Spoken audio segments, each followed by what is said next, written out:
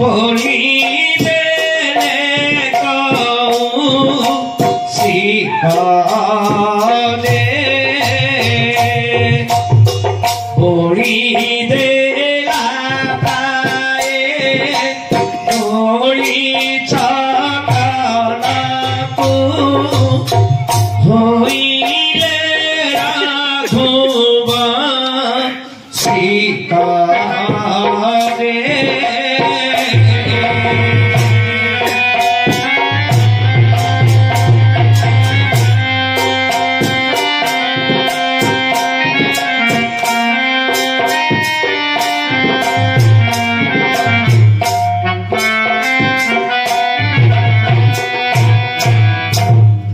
कवि सम्राट उपेन्द्र भंज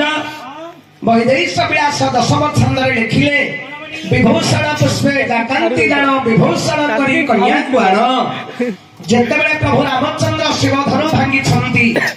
सेतेबेले जनक ऋषि समस्त राजसभा राजा माने उपस्थित छंती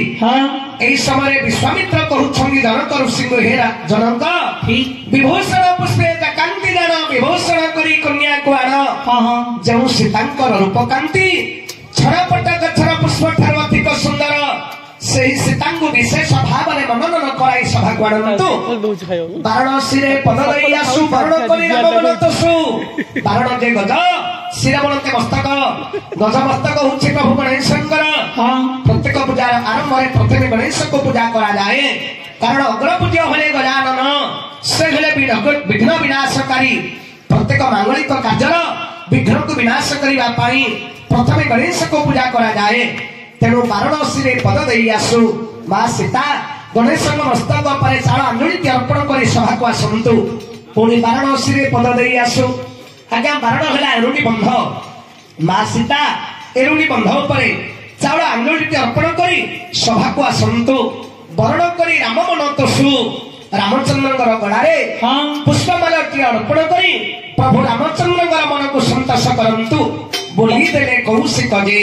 आज्ञा कौशिक हेले विश्वामित्र जनक ऋषि एक कथा कहिबारु बोली देला प्राय गोली चंदन को होइले रघुवंशिक जे ग्रीष्म ऋतु रे देहरे चंदन लेपन कले जो भली मन को शांति लागे सही परि विश्वामित्रंकर कथाटी प्रभु रामचंद्र मन को भारी संतोष लागिला कवि उत्पद लिखिले कौन बोली